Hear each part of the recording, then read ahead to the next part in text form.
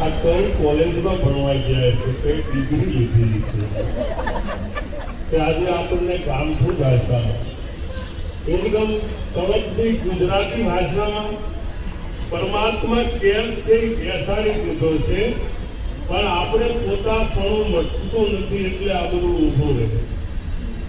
એક છોકરાને ઘરે વહુ આવેલા, એની હાવની હાવો જેવતી દાગીના એના દાદીને દીધા છે. 12 મહિના પછી વહુ આવ્યો ને ત્યારે એને કીધું કે ભાઈ માં મને દાગીનો આપો. હવે કોઠીમાં મૂકેલા અને દેવરાજ ભગત કોઠીમાં બેસી ગયેલો મધ. એ દાગીનો લેવાય ગયા કે મધની માથું જોતી કે બોલી ગઈ મારે. એમ આમાંય ભગવાન કઈ મોટી માં થવા જેવું નથી. નીલ રામ કા નીલ પીવે રામ રોટિયા જમે, અર્જુન સોય જ્ઞાની કા જ્ઞાની અને જેમ જમાવો એમ. હવે ગુજરાતથી આવેલા એની વચ્ચે એક વાત કહું કે પાછળથી વરસાદની શરૂઆત થઈ છે.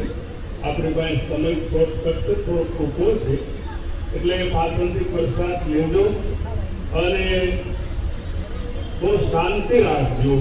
આપણી પાસે અડધો કલાક 3 કલાક જ છે, એટલે શાંતિથી પ્રસાદ લેજો, અવાજ કરતા નહીં.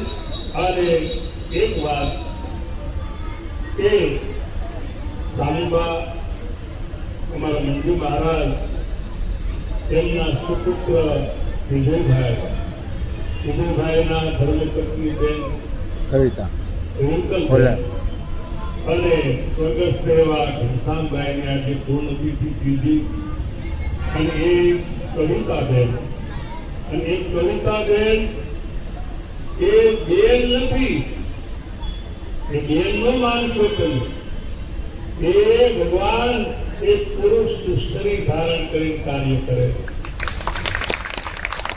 અને એવા આજે જેના સ્થાનક ઉપર બેઠા છીએ, ઘરનો સપોર્ટ ન હોય ને તો તમે ચાય પીવાનો લાવી શકો, પણ ધન છે એમના કુળને ત્યાં બે બહેનોએ થઈ અને જે અમારા મહારાજે અને જે મહાપુરુષોએ મહેનત કરી અને જેને વિકાર આપી જે દીવો પ્રગટ રાખ્યો છે ભક્તિનો, ગુરુવારના દિવસે પણ દિવસનો સત્સંગ થાય છે, તો એવા એને પણ પાણીપુર વધારેલો. અને અમારા ભાનુભા મહારાજ અમારા ગંગાબેનને કહ્યું કે બે બહેનોને આરતી અને સ્વાગત કરો અને તમે તાળીથી વધારો.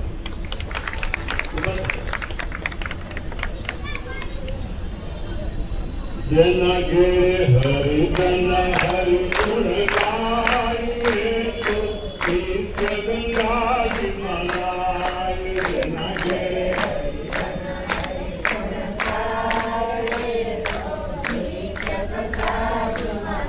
આયે જળ સતતીરથ ગુરુજીના શરણે,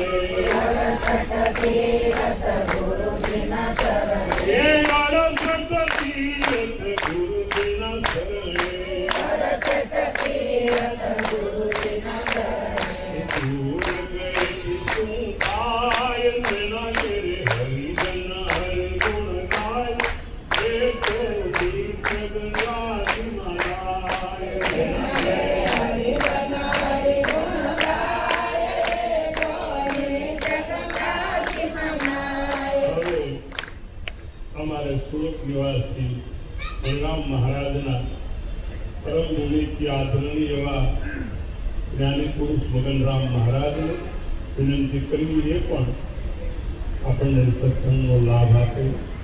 બોલો સદગુરુ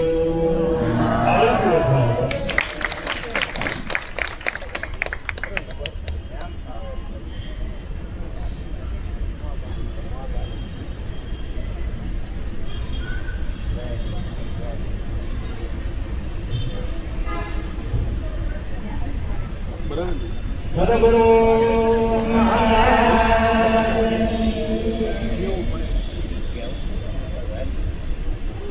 નિરાંત મહારાજ અંબારામ મહારાજ મણિરામ મહારાજ પધારેલા હરિ ગુરુ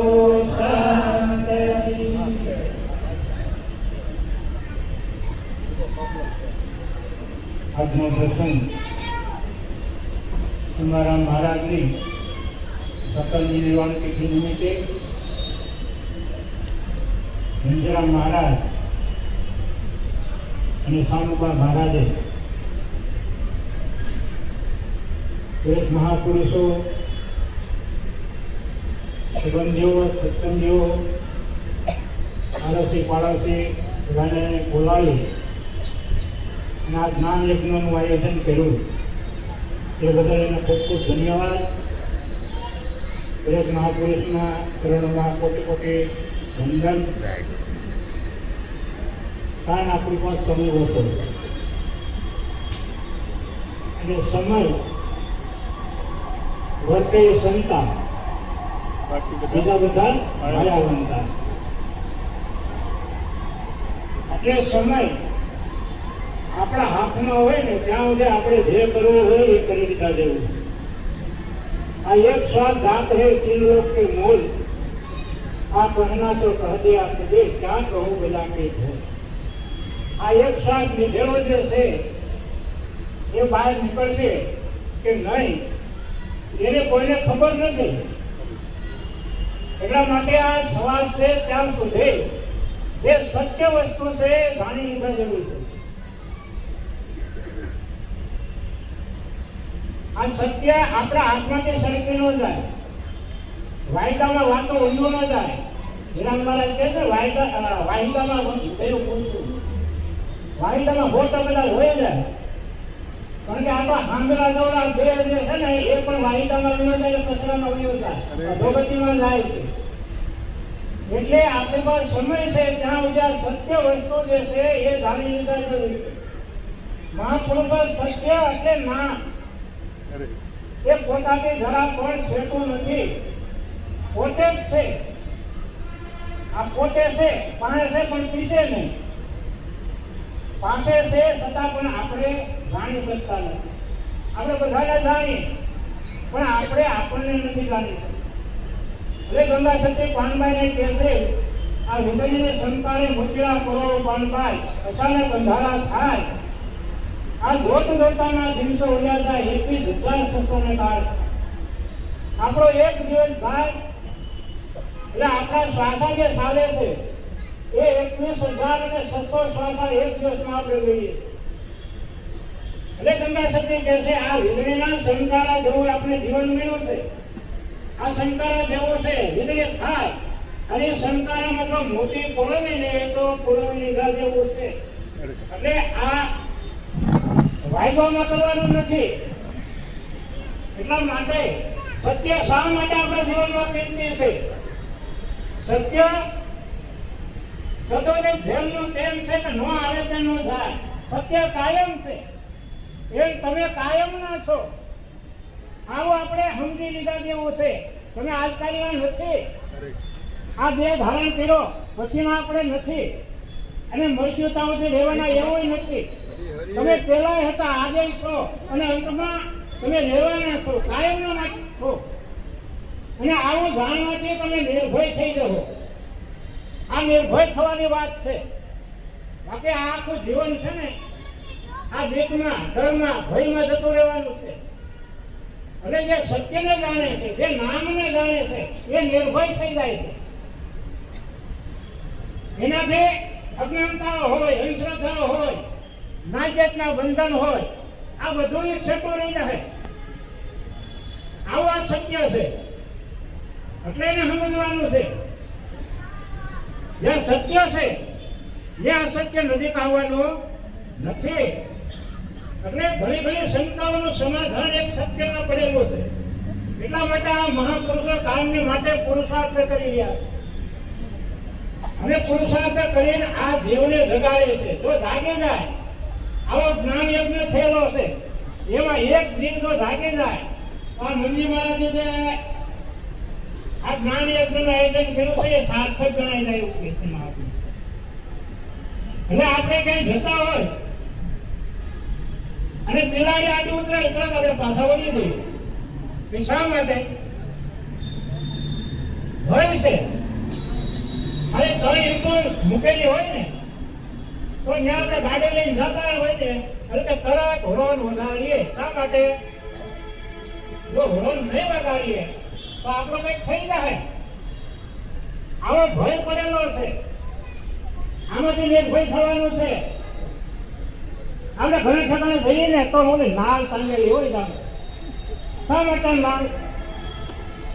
મને તો ખબર નથી. પોતે ભય છે કઈક લાલે છે તે. ઘણી ઠેકાણે કાળી કોટરી ઊંધી લટકાવી હોય. શા માટે? મને ખબર નથી, પણ એનું કઈ કારણ છે. ભય પડેલો છે. અને જે નિર્ભય છે એને કોઈ પણ અજ્ઞાનતા અંધશ્રદ્ધાઓ એને કાંઈ લાગે નહીં. એને ભૂત પ્રેત હોય એનો ડર એને નથી. કારણ કે એમાં એ છે ભૂત પ્રેતમાં આ ભેળો જ છે એવું જ એને સમજાય તો નિર્ભય થવા એવો છે. એટલે સત્યને જાણી લેવું. આ સંતો કાયમને માટે આપણે જગાડે છે. જો જાગી જઈએ તો આપણું કામ થઈ જાય. બીજો થોડી ધારે સારો માસ અને જોગા આપણે અત્યારે જોઈએ તો બધા ચોરી કરી રહ્યા છે. કોઈ પાછા નથી પડતા. ચોરી ગાડી ને ભીતા દારૂ જોગા માંસ મટન ખાઈ રહ્યા છે. શા માટે? સંતો આનાથી આપને મુક્ત કરાવે છે.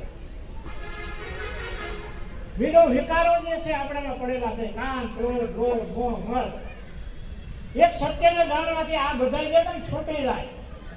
સદગુરુના શબ્દ વિચારતા તળે મોહ માયાને વિકાર હરિરસ.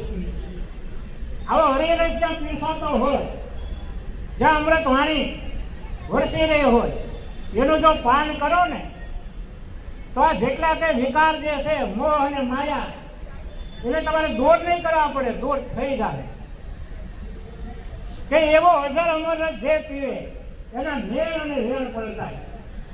આવો અજર જે ઘરે નથી, ઘરે એવો નથી, એવો રસ જે છે એ જે પીવે તો એને મરવાની બીક મટી જાય. એ અમી છે, અમીનો કૂપ. હા, અમૃત એકવાર ઘરે ઉતરે તો મરવાની મટી જાય. એક સદગુરુ એવા. એટલે આ વિકારો જે છે આપણી નજીક પણ આવશે નહીં, પણ સદગુરુના શબ્દનો વિચાર કરવો પડે. સદગુરુ કેવળ એક શબ્દ આપે અને એ શબ્દનો વિચાર કરવાથી આપણે નજીક બીજું કઈ નહીં આવે. પણ આપણે બીજો વિચાર કરીએ છીએ. બીજા વિચારોમાં તો ઊંચા નથી આવતા. એટલે સદગુરુ શબ્દને આપણે એક વાત, પણ સદગુરુએ જે શબ્દ આપ્યો છે એનો જ આપણે વિચાર કરવાનો, એનું જ મંથન કરવાનું. અને મંથન કરીને આપણા જીવનમાં ઉતારવાનું છે. સંતો જીવન બનાવવાનું છે. આપણે જે જીવન મળ્યું છે એ ખરેખર આપણે જીવતા આવડે છે કે નથી આવડતું? એવો સંતો કહે છે કે સંતો ખાલી આ વાત કરે છે અમારા શોધે એક લક્ષ્ય લગાડવા માટે, પણ જીવન તો પોતાને જીવવું પડશે કે બીજાએ.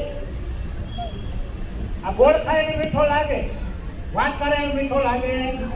અમે વાત કરીએ છીએ, હવે કદાચ ખાધો હોય કે ન ખાધો હોય, પણ તમે ગોળ ખાઈ જાઓ ને તમને મીઠો લાગશે. આ વાતથી કઈ વડા ન થાય, પાણીનું ઘી ન થાય. એટલા માટે આ અનુભવનો રસ્તો છે. સદગુરુ અનુભવ કરાવે, અનુભૂતિ કરાવે. આ સત્ય જે છે કે નાનનગર નવ ખંડમાં નિરાંત નિર્ગુણ છે, અમર ફળિયા નીકળે ઘોષે છે. આ એક નામની જ નગરી છે. નામ સિવાય બીજું કઈ છે નહીં. અને આ નામ જાણવાથી નિર્ભય થવાય છે. એટલા માટે આ સમય બહુ કિંમતી છે. સમય હાથીને હાલ્યા જેવું છે. અને ખાસ આજની સભાના યુવાનો છે, યુવાન બહેનો દીકરીઓ છે, એટલે કહેવાનું મન થાય કે આપણા બાળકોનું આપણે અત્યારે બહુ ધ્યાન રાખવા જેવું. અત્યારે આજથી 60 વર્ષ પહેલા કીધો એ કળિયુગનો દોર ચાલે છે. આ જગતમાં હાલે નાસ્તિકતા, અનેરા કાળનો આરંભ હવે દુનિયાનો થવાનો છે. અનેરો જે કાળ છે એનો આ દુનિયાના આરંભ થઈ ચૂક્યો છે. એટલે ખાસ આપણા બાળકોનું આપણે ધ્યાન રાખવાનું છે. એટલે એવા સંસ્કારો આપીએ, કોને હારે જાય છે, કોને હારે બેઠે છે, એનું આપણે ખાસ ધ્યાન રાખવાનું છે. અને જો ઘરનો સત્સંગ થતો હોય તો એથી ઉત્તમ બીજું કોઈ વસ્તુ છે. એટલે મંદિરામ મહારાજ આમ ત્યાં આવીને ભેગું નહીં ગયા ને તો છેલ્લો દઈ જાય આંખો મારે તો મારી વતી હોય જાણી પકડીને લેતા હોય. એટલે આજના દિવસે તમે ઓળખો છો. ઘનશ્યામભાઈ ની નિર્વાણ તિથિ છે, વીરભાઈની પણ આજ પુણ્યતિથિ છે અને અમારા મહારાજના કર્મની નિર્વાણ તિથિ નિમિત્તે દરેકના ચરણોમાં વંદન કરી અને મારી વાણીના વિરામ આપો. બોલો સદગુરુ